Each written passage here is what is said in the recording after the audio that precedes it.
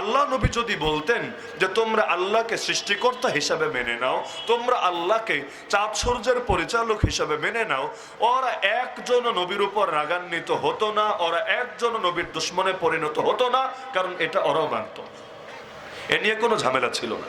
তাহলে বলবেন নবীর সঙ্গে লাগলো কি নিয়ে? নামাজ রোজা হজ যাকাত নিয়ে মনে হয় লেগেছে? না, হজ তো ওরাও করতো।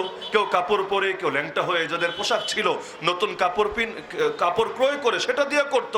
যাদের পোশাক ছিল না চিন্তা করত এই কাপড় পরে কত পাপ করেছি, এই কাপড় পরে আল্লাহর ঘর তওয়াফ করি কিভাবে, তাহলে কি বা করার আছে, পয়সাও যেহেতু বেশি নাই নতুন কাপড় কিনে নেব, তাহলে জন্ম হয়েছে যেই পোশাকে ওই পোশাকে কাজ সেরে দেই, ব্যাস চামড়ার পোশাকে ওরা তওয়াফ সেরে দিত।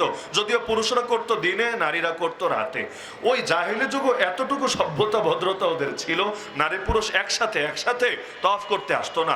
নারীরা বলতো যে আমরা জামা খুলেছি আল্লাহকে খুশি করার জন্য, পর পুরুষকে আমার শরীরে অ্যাক্সেস দেওয়ার জন্য না। তাহলে দেখা যাচ্ছে এই যে হজ করতো, বাইতুল্লাহর বিভিন্ন খেদমত করতো, হাজিদেরকে পানি পান করাতো, এমনকি মাঝে মাঝে সিয়াম সাধনা করতো, ইবাদত বন্দেগীও টুকটাক করার চেষ্টা করতো, যদিও অ্যাক্সেস দেওয়া আল্লাহকে দিত, আবার মাঝে মাঝে অন্যদেরকেও দিত।